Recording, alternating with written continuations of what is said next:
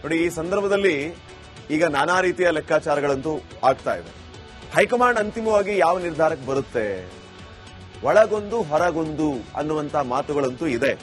ಈಗ ಮೇಲ್ಗಡೆ ಶಾಂತಿ ಮಂತ್ರ, ನಾನಾಗ್ಲೇ ಹೇಳ್ತಾ ಇದ್ನಲ್ಲ, ಈಗ ಸದ್ಯಕ್ಕೆ ಇವರೆಲ್ಲ ತಣ್ಣಗಿರ್ತಾರೆ.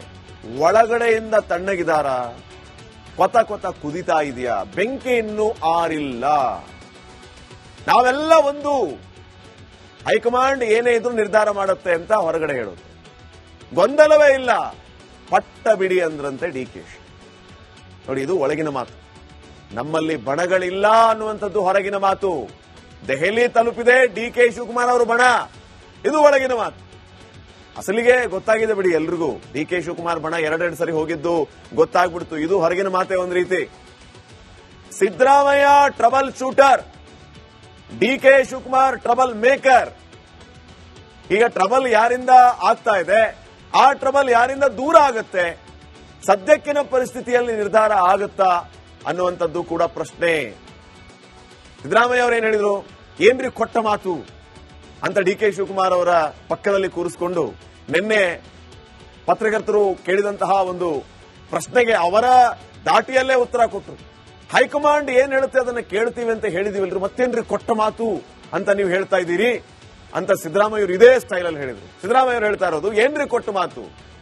ದೆಹಲಿಯಲ್ಲಿ DK ಶಿವಕುಮಾರ್ ಅವ್ರ ಮುಂದೆ, ಇನ್ನೂ ಹಲವು ನಾಯಕರ ಮುಂದೆ ಇವರು ಮಾತು ಕೊಟ್ಟಿದ್ರಂತೆ. 2.5 ವರ್ಷ ಆದ್ಮೇಲೆ ನೀನೇ CM ಆಗು ಅಂತ ಕೊಟ್ಟಿದ್ರಂತೆ. ಸಿದ್ದರಾಮಯ್ಯಗೆ ಬೆಂಬಲ DK ಶಿವಕುಮಾರ್ ಅವ್ರ ಮಾತು. ಉಳಿಸ್ಕೊಳ್ಳಿ ಮಾತನ್ನ DK ಸುರೇಶ್ ಅವ್ರ ಮಾತು. ನೋಡಿ, ಒಳಗೊಂದು ಹೊರಗೊಂದು, ಒಳಗೊಂದು ಹೊರಗೊಂದು. ಮುಂದ್ಗಡೆ ಬಂದೇನ್ ಹೇಳ್ತಾರೆ, ಗೊಂದಲವೇ ಇಲ್ಲ. ಒಳಗಡೆ ಏನಿರುತ್ತೆ, ಸಿಕ್ಕಾಪಟ್ಟೆ ಗೊಂದಲ. ಚೇರ್ ಯಾವಾಗ ಇಸ್ಕೊಳ್ಳೋದು ಅನ್ನೋದೇ ಗೊಂದಲ, ಆತಂಕ, ಭಯ. ಇದ್ರ ಮಧ್ಯೆ ಮಾಧ್ಯಮಗಳ ಸೃಷ್ಟಿ ಅಂತ ಹೇಳ್ಬಿಡೋದು. ಮಾಧ್ಯಮಗಳ ಸೃಷ್ಟಿ ಅಂತ ಆಗಿದ್ರೆ ಆರಾಮಾಗಿ ನೀವು ಅಧಿಕಾರ ಮಾಡ್ಕೊಂಡು ಹೋಗಿ, ಬೆಂಗಳೂರಿನಲ್ಲಿ ಗುಂಡಿಗಳನ್ನು ಮುಚ್ಚಿ, ಅಭಿವೃದ್ಧಿ ಅನ್ನುವಂತಹ ಪರ್ವ ಶಕೆ ಏನಿದೆ ನಮ್ಮ ರಾಜ್ಯದಲ್ಲಿ ಉತ್ತುಂಗಕ್ಕೆ ಹೋಗ್ಲಿ, ಎಲ್ಲ ರಾಜ್ಯಗಳಿಗೆ ನಮ್ಮ ಕರ್ನಾಟಕ ಮಾದರಿಯಾಗ್ಲಿ. ಚರ್ಚೆ ಆಗ್ತಾ ಇರೋದೇನೀಗ ರಾಜ್ಯದಲ್ಲಿ, ಇಡೀ ದೇಶದಲ್ಲಿ ಕರ್ನಾಟಕ ಯಾವ ವಿಚಾರಕ್ಕೆ ಚರ್ಚೆ ಆಗ್ತಾ ಇದೆ, ಕುರ್ಚಿ ಕಿತ್ತಾಟದ ಬಗ್ಗೆ ಚರ್ಚೆ ಆಗ್ತಾ ಇದೆ.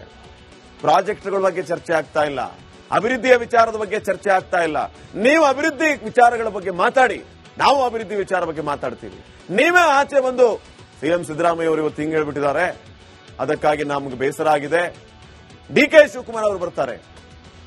DK ಶಿವಕುಮಾರ್ ಒಗ್ಗಟ್ಟಿನ ಮಾತಿದು, ಎಲ್ಲರ ಮುಂದೆ ಹೇಳುವಂಗಿಲ್ಲ. ಯಾಕೆ ಹೇಳಿದ್ರು DK ಶಿವಕುಮಾರ್ ಅವರು?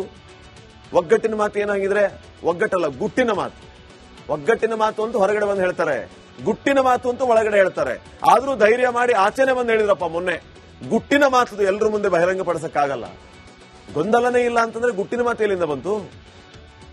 ಇವೆಲ್ಲದಕ್ಕೂ ಉತ್ತರ ಕೊಡ್ಬೇಕಲ್ಲ ಜವಾಬ್ದಾರಿಯುತ ಸ್ಥಾನದಲ್ಲಿರುವಂತವರು. ಸುಮ್ಮನೆ ಏನೋ ಒಂದು ಹೇಳ್ಬಿಡೋದು. ಗೊಂದಲ ಇರೋದು ನಿಮ್ಮಲ್ಲೇ. ಆ ಗೊಂದಲವನ್ನ ಬಗೆಹರಿಸಿಕೊಳ್ಳಿ. ರಾಜ್ಯದಲ್ಲಿ ಏನ್ ನಡೀತಾ ಇದೆ ಅನ್ನೋದ್ರ ಬಗ್ಗೆ ಚಿತ್ತ ಹರಿಸಿ. ಅಲ್ಲಿ ಕಲಬುರಗಿ ಕಡೆ ಇನ್ನೂ ಎಷ್ಟೋ ಜನರಿಗೆ, ರೈತರಿಗೆ ಬೆಳೆ ಹಾನಿ ಪರಿಹಾರನೇ ಬಂದಿಲ್ವಂತಪ್ಪ. ಈ ಕಡೆ ಉತ್ತರ ಕರ್ನಾಟಕ, ಹುಬ್ಬಳ್ಳಿ, ಧಾರವಾಡ, ಬೆಳಗಾವಿ, ಗದಗ, ಈ ಕಡೆ ಜನರಿಗೆ, ರೈತರಿಗೆ ಈರುಳ್ಳಿಗೆ ಬೆಲೆ ಸಿಗ್ತಾ ಇಲ್ಲ, ಟೊಮೆಟೊಗೆ ಬೆಲೆ ಸಿಗ್ತಾ ಇಲ್ಲ ಅಂತ ರಸ್ತೆಗೆ ಸುರಿದು ಹೋಗ್ತಾ ಇದ್ದಾರೆ. ಅದ್ರ ಬಗ್ಗೆ ಗಮನ ಹರಿಸಿ. ಇವೆಲ್ಲವೂ ಕೂಡ ನಿಮ್ಮ ಜವಾಬ್ದಾರಿಯೇ. ಆಯ್ತು, ಗೊಂದಲ ಇಲ್ಲ ಅಂತ ಬಿಟ್ಟುಬಿಡಿ. ನಾಳೆ ರೈತರಿಗೆ ಕೋಟಿ ಕೋಟಿ ದುಡ್ಡು ಹಾಕಿ, ಕೋಟಿ ಕೋಟಿ ಅಂದ್ರೆ ಎಲ್ಲರಿಗೂ ರೈತರಿಗೆ ಸಿಗ್ಲಿ ಅಂತ ನೀವು ದೊಡ್ಡ ಮನಸ್ಸು ಮಾಡಿ ರೈತರಿಗೆ ಕೋಟಿ ಕೋಟಿ ದುಡ್ಡು ಹಾಕಿದ್ರೆ ಇನ್ನೂ ಒಳ್ಳೇದೇ. ಅಷ್ಟು ದುಡ್ಡು ದೊಡ್ಡ ಮನಸ್ಸು ಮಾಡೋರು ಬೇಕಲ್ಲ. ನೋಡೋಣ ಏನಾಗುತ್ತೆ ಅಂತ. ರಾಜಕಾರಣದಲ್ಲಿ ಎಲ್ಲವೂ ಸಾಧ್ಯ, ಇದು ಸಾಧ್ಯವಾ ನೋಡೋಣ. ಇನ್ನು ನೆಕ್ಸ್ಟ್ ನೋಡಿ, ಈ ಸಂದರ್ಭದಲ್ಲಿ ಈಗ ನಾನಾ ರೀತಿಯ ಲೆಕ್ಕಾಚಾರಗಳಂತೂ ಆಗ್ತಾ ಇದೆ.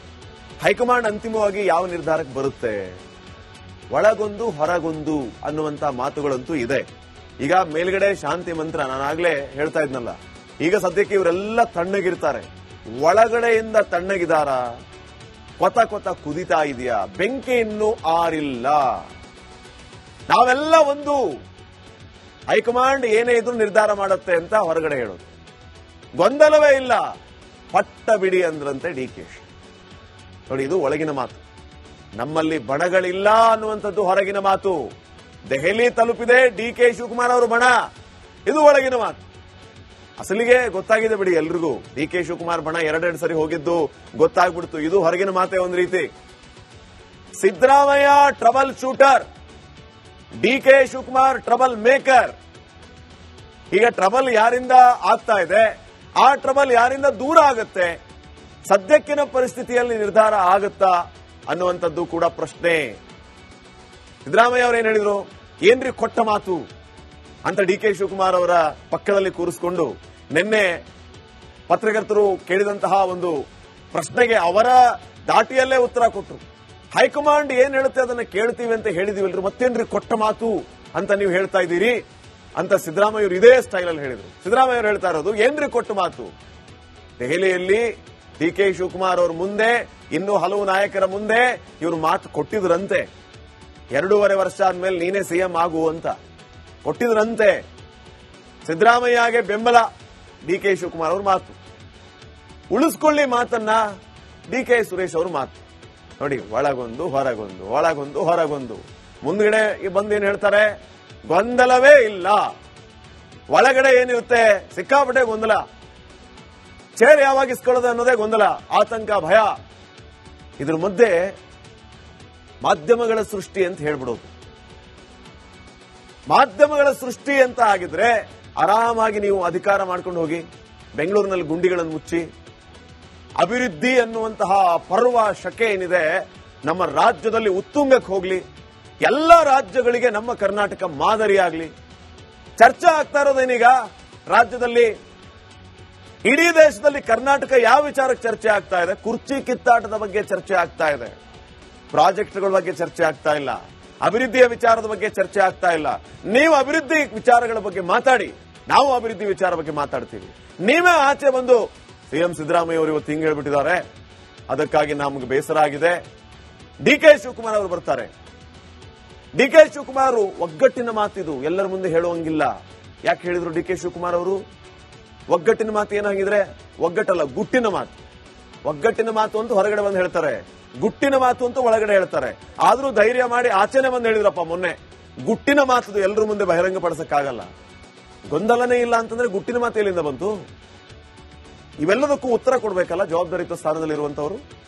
ಸುಮ್ಮನೆ ಏನೋ ಒಂದು ಹೇಳ್ಬಿಡೋದು. ಗೊಂದಲ ಇರೋದು ನಿಮ್ಮಲ್ಲೇ. ಆ ಗೊಂದಲವನ್ನ ಬಗೆಹರಿಸಿಕೊಳ್ಳಿ. ರಾಜ್ಯದಲ್ಲಿ ಏನ್ ನಡೀತಾ ಇದೆ ಅನ್ನೋದ್ರ ಬಗ್ಗೆ ಚಿತ್ತ ಹರಿಸಿ.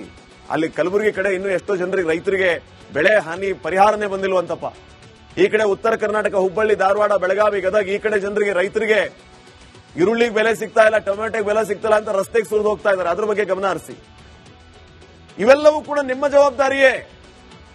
ಆಯ್ತು, ಗೊಂದಲ ಇಲ್ಲ ಅಂತ ಬಿಟ್ಟು ಬಿಡಿ. ನಾಳೆ ರೈತರಿಗೆ ಕೋಟಿ ಕೋಟಿ ದುಡ್ಡು ಹಾಕಿ. ಕೋಟಿ ಕೋಟಿ ಅಂದ್ರೆ ಎಲ್ಲರಿಗೂ ರೈತರು ಸಿಗ್ಲಿ ಅಂತ ನೀವು ದೊಡ್ಡ ಮನಸ್ಸು ಮಾಡಿ ರೈತರು ಕೋಟಿ ಕೋಟಿ ದುಡ್ಡು ಹಾಕಿದ್ರೆ ಇನ್ನೂ ಒಳ್ಳೇದೇ. ಅಷ್ಟು ದುಡ್ಡು ದೊಡ್ಡ ಮನಸ್ಸು ಮಾಡೋರು ಬೇಕಲ್ಲ. ನೋಡೋಣ ಏನಾಗುತ್ತೆ ಅಂತ. ರಾಜಕಾರಣದಲ್ಲಿ ಎಲ್ಲವೂ ಸಾಧ್ಯ, ಇದು ಸಾಧ್ಯವಾ? ನೋಡೋಣ ಇನ್ನು ನೆಕ್ಸ್ಟ್.